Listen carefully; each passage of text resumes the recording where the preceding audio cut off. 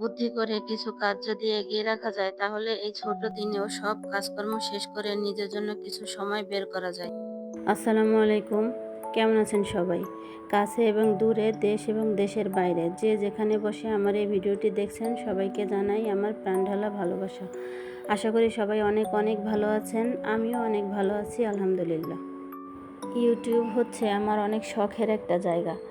ঘরের কাজের ফাঁকে আমি যখন অবসর সময় পাই তখন আমি ইউটিউবে অনেক আপুদের ভিডিও দেখি। ওনারা কি সুন্দর ঘরের কাজগুলো গুছিয়ে করেন এবং আমাদের মাঝে শেয়ার করেন। ওনাদের সবার কাজগুলো আমার এত ভালো লাগে কি বলবো। তাদের ভিডিও দেখে আমি অনেক কিছু শিখতেও পারি। তো অনেক দিন যাবৎ আমারও ইচ্ছে হচ্ছে আমিও ভিডিও বানাবো এবং আপনাদের সাথে শেয়ার করব। আশা করব আমার এই পথ চলায় আপনাদের সবার সাপোর্ট পাবো ইনশাল্লাহ। আমি সুমি, ঢাকা থেকে বলছি। আমার সারাদিনের কিছু কাজ নিয়ে আজকের ভিডিওটি সাজিয়েছি। আশা করি আপনাদের সবার ভালো লাগবে। এই যে দেখেন, আপনাদের সাথে কথা বলতে বলতে আমি আমার মেয়ের রুমে চলে আসলাম। এই যে ছোট্ট চেয়ারটা দেখছেন, এটা আমার মেয়ের। আমার মেয়ে কিন্তু এত ছোট না, এই চেয়ারটা ওর ছোটবেলার। ও এবার এসএসসি পরীক্ষা দেবে। এই চেয়ারটা ওর ঘরে রেখে দিয়েছে, ওর ভালো লাগে তাই মাঝে মধ্যে বসে। ওর টেস্ট পরীক্ষা চলছে, সেজন্য ওর ঘর আমাকেই গুছিয়ে দিতে হয়। আমি প্রথমে ওর রুমের সমস্ত ফার্নিচারগুলো মুছে নিয়েছি, তারপরে ওর রুমটা একটু ঝাড়ু দিয়ে দিলাম। এই যে ওর রুমটা পরিষ্কার করা শেষ। এখন আমি রান্নার কাজে চলে যাব। এই যে আপনাদেরকে একটু দেখিয়ে দিচ্ছি ওর রুমটা। ওর রুমটা অনেক বড় এবং ওর রুমে পর্যাপ্ত আলো বাতাস ঢোকে, তাই দিনে লাইট জ্বালানোর প্রয়োজন পড়ে না। ও সকালে স্কুলে চলে গেছে, স্কুল শেষে আবার ওর কোচিং আছে। সারাদিন সে অনেক ব্যস্ত, তার অনেক কাজই আমাকে করে দিতে হয়, সে সময় পায় না। শুধু মেয়ের বেডরুম না, আমার আরও 3টে বেডরুম আছে, মোট 4টা বেডরুম। আমি প্রত্যেকটা বেডরুম গুছিয়ে পরিষ্কার করে তারপরে রান্নাঘরে রান্নার কাজে ঢুকবো। রান্না শুরু করার আগে প্রথমে ওয়াশিং মেশিনে কাপড়গুলো ধুতে দেব, তাহলে এদিকে কাপড় ধোয়া হবে, ওদিকে আমার রান্না হয়ে যাবে, একবারে দুটো কাজ হয়ে যাবে। মেশিনের মধ্যে আগেই কিছু কাপড় দিয়ে রেখেছিলাম, এবার আরও কিছু কাপড় দিয়ে মেশিনটা চালিয়ে দেব। এই যে দেখছেন ডিটারজেন্টগুলো আমি কিন্তু ডিটারজেন্ট চেম্বারে দেইনি, কারণ আমার পানির ফোর্স খুব কম। আমরা দোতলায় থাকি আর আমার পানির ট্যাঙ্কি 3তলায় বলে পানির প্রেশার অনেক কম। পানির প্রেশার কম থাকার কারণে ডিটারজেন্ট চেম্বারে ডিটারজেন্ট দিলে ওখানে অনেকটা ডিটারজেন্ট থেকে যায়, পরে সমস্যা হয়। আমি এভাবেই কাপড় ধুয়ে আসছি অনেক দিন যাবৎ, কোনো সমস্যা হয় না। আমি ঘুম থেকে উঠেই ফ্রিজের যে জিনিসগুলো বের করতে হয়, যেমন মাছ, তারপরে বাটা মশলা, সেগুলো আগে থেকেই বের করে রাখি। শুধু আমি না, আমার মনে হয় যেসব গৃহিণীরা আছেন তারা সবাই এই কাজটা করে থাকেন, যে ফ্রিজের জিনিসগুলো আগে বের করে রাখলে তাহলে ওগুলো সব ডিফ্রস্ট হয়ে যায়, ব্যবহার করতে আর সমস্যা হয় না। আমি কিছু ছোট চিংড়ি মাছও বের করে নিয়েছি, গুঁড়ো চিংড়ি। এখানে আধা কেজি চিংড়ি মাছ আছে। 2 দিন আগে আমি কুটে রেখেছিলাম, কুটে একবারই এই বাটিতে রেখে দিয়েছি, আর আলাদা করার সময় পাইনি। আমি এই একটি কাজ সবসময় করি, আমি জানি আপনারাও করেন অনেকে, তারপর আমি আপনাদের সাথে একটু শেয়ার করছি, নতুন যারা আছেন তাদের হয়তো উপকারে আসবে।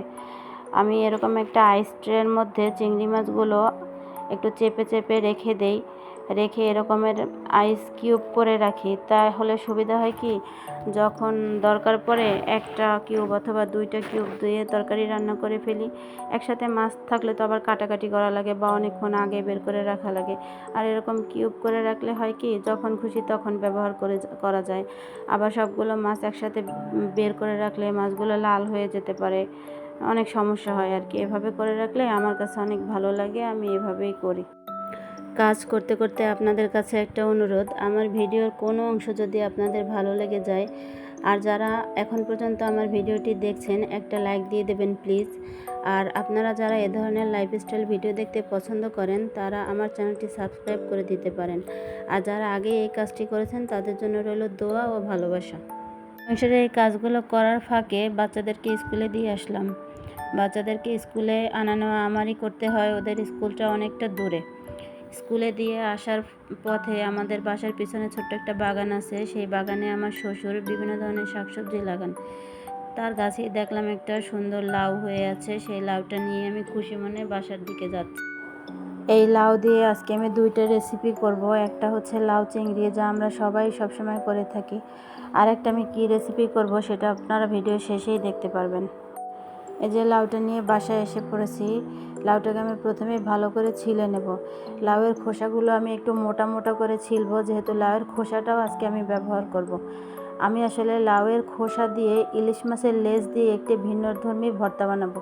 এই ভর্তার রেসিপিটা আমি একটা আপুর চ্যানেলে দেখেছিলাম। দেখার পরেই আমি মনে মনে ভেবেছি এর পরের দিনই আমি যেদিন লাউ রান্না করব সেদিনই আমি লাউয়ের খোসা দিয়ে এই ভর্তাটা বানাবো। এই প্ল্যাটফর্মে আমি শিখাতে নয়, শিখতে এসেছি। যে আপুটার ভিডিও দেখে আমি এই ভর্তাটা বানানো শিখেছি, আপু তুমি যদি আমার এই ভিডিওটি দেখে থাকো, তোমাকে অসংখ্য ধন্যবাদ আমাকে এত সুন্দর একটি ভর্তা বানানো শেখানোর জন্য।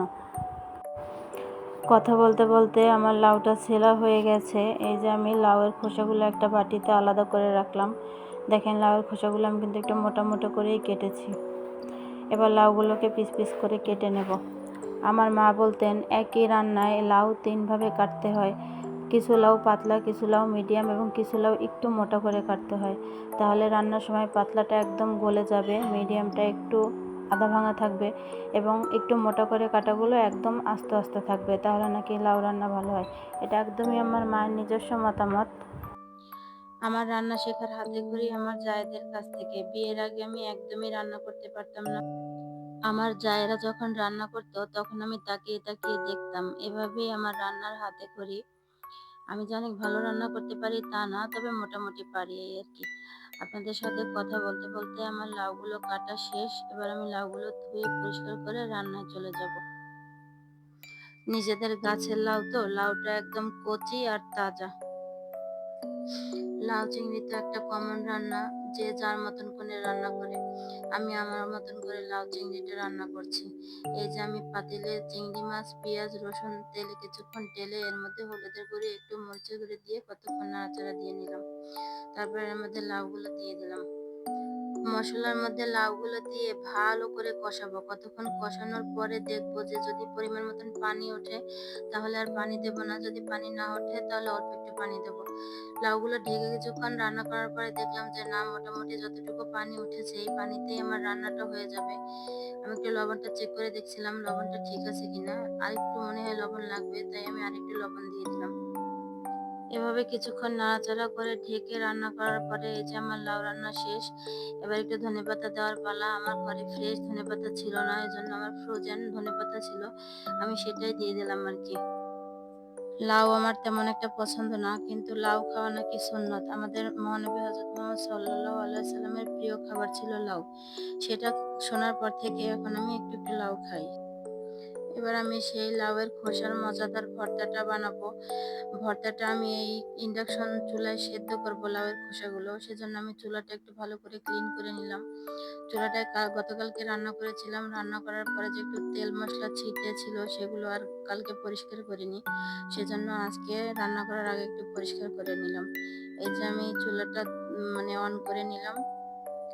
তারপরে চুলার মধ্যে একটা প্যান বসিয়ে দিয়ে একটু পানি গরম দেবো। লাউয়ের খোসাগুলো আমি ভালো করে পরিষ্কার করে নিয়েছি।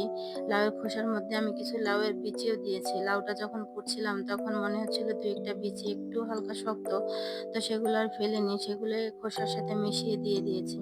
লাউয়ের বিচিও কিন্তু ভর্তা করে খাওয়া যায়, সে লাউয়ের বিচির ভর্তাও ভালো লাগে। আপনারা যদি দেখতে চান আমি একদিন বানিয়ে দেখাবো ইনশাল্লাহ। এবার আমি ভর্তার জন্য বাকি উপকরণগুলো রেডি করে নেব।